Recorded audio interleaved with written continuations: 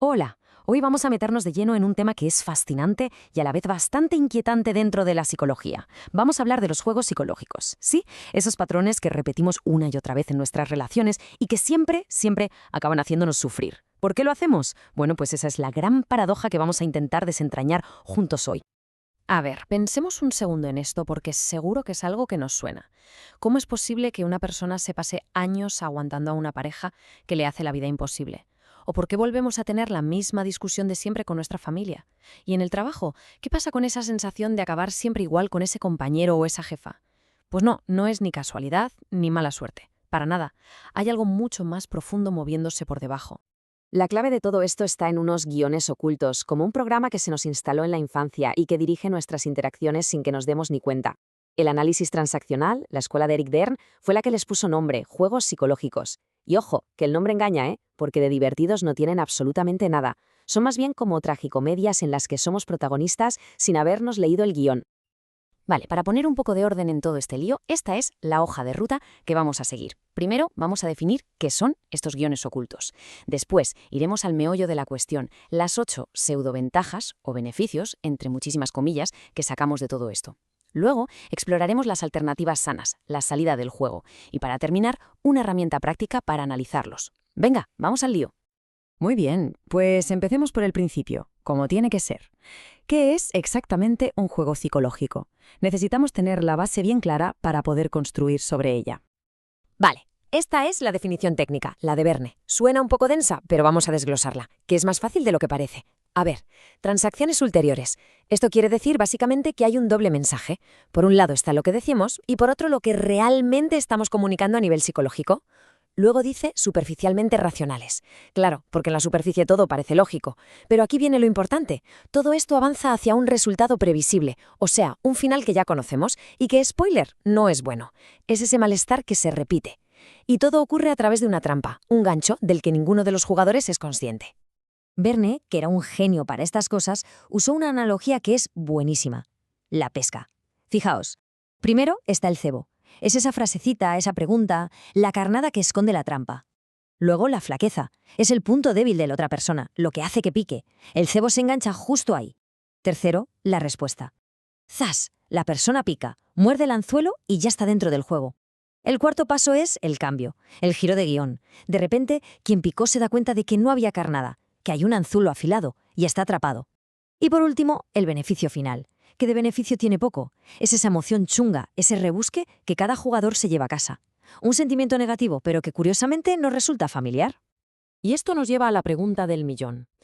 Si los juegos siempre acaban mal, con emociones dolorosas y confirmando nuestras peores creencias sobre nosotros mismos, ¿por qué narices los jugamos?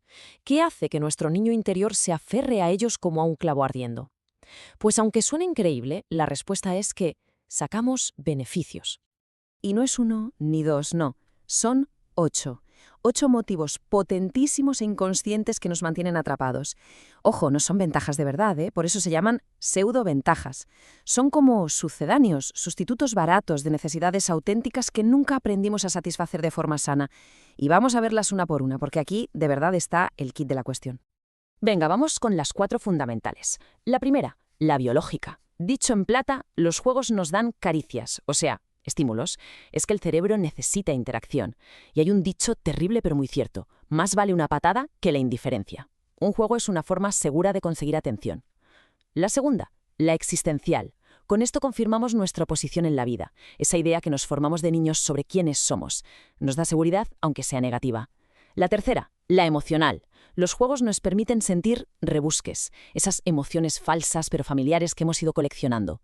Y por último, la cuarta, la argumental. Cada juego es como una pequeña escena que hace avanzar la trama de nuestro guión de vida, ese plan inconsciente que nos empuja a un destino predecible. Vamos con la quinta. Se llama psicológica interna. La mejor forma de entenderla es pensar en una olla a presión. Dentro de nuestra cabeza tenemos diálogos constantes que generan una tensión brutal. Culpa, rabia, miedo. Pues bien, los juegos funcionan como la válvula de la olla. Psss. Liberan esa presión y mantienen un equilibrio interno. Por ejemplo, si acumulo mucha culpa, buscaré un juego donde me agredan para, paradójicamente, sentir alivio. Y ahora, Agarraos, porque viene una de las ideas más potentes y contraintuitivas de todas, la sexta pseudoventaja, la psicológica externa, también llamada fóbica. Resulta que los juegos nos sirven para evitar situaciones que, aunque son positivas, nos dan un pánico atroz.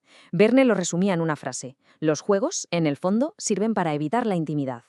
Pero no solo la intimidad, los juegos son como un escudo que nos protege de 4 cosas que en el fondo nos aterran: la intimidad, el miedo a la cercanía real, el éxito, el pavor a desarrollar todo nuestro potencial, la autonomía, el vértigo de ser responsables de nuestras decisiones y el disfrute, el terror a sentir placer y alegría sin culpa.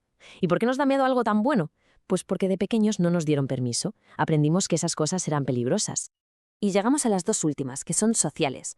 La séptima, la social interna, es muy sencilla. Los juegos son una forma muy intensa de llenar el tiempo con la gente que tenemos cerca, en casa o en el trabajo. Y la octava, la social externa, es que nos dan material para hablar después. Tras una gran pelea, uno se puede pasar horas al teléfono con amistades en el pasatiempo «¿No es terrible lo que me ha hecho?», llenando más tiempo y reforzando la propia posición. Muy bien, hasta aquí el diagnóstico, ya entendemos el porqué, hemos visto las 8 razones disfuncionales por las que jugamos. Ahora, lo más importante, ¿cómo salimos de ahí? Si los juegos son sustitutos, ¿cuáles son las opciones auténticas y sanas para satisfacer esas mismas necesidades? Pues mirad, esta tabla es oro puro, lo resume perfectamente. Para cada pseudoventaja existe una ventaja auténtica. En lugar de buscar caricias negativas, podemos aprender a dar, pedir y aceptar caricias positivas. En lugar de confirmar una posición existencial negativa, podemos redecidir activamente nuestra valía desde nuestro adulto.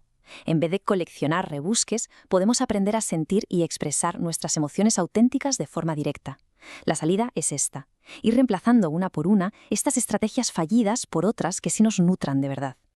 Pero ojo, que esto no es tan fácil como saberse la teoría y ya está.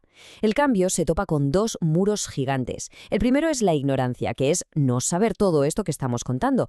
Pero una vez que se sabe, aparece el segundo muro. Y es mucho más duro de derribar: la deshonestidad. Y no con los demás, sino con uno mismo. Esa negación de la realidad, esa resistencia a ver nuestra parte en el juego, ese es el mayor obstáculo. Para ir terminando, vamos a ver una herramienta sistemática muy útil, sobre todo en la práctica clínica.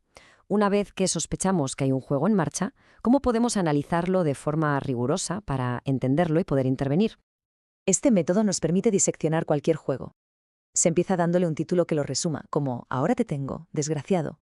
Luego se define su tesis, lo que el juego pretende demostrar. Se identifica el propósito, la motivación oculta. Se describen los roles: víctima, perseguidor, salvador. Se esquematizan las transacciones clave, se detallan los pasos del juego. Y lo más importante, se define la antítesis, la intervención adulta que puede detenerlo en seco. Y ahora, la reflexión final es para cada cual. Después de haber visto qué son los juegos, por qué los jugamos y cómo salir de ellos, la pregunta ya no es teórica, sino personal y profesional. Identificar los propios juegos es el primer paso para poder ayudar a otros a salir de los suyos. Así que la pregunta es esa: sabiendo todo esto, ¿qué juego nos vamos a atrever a dejar de jugar?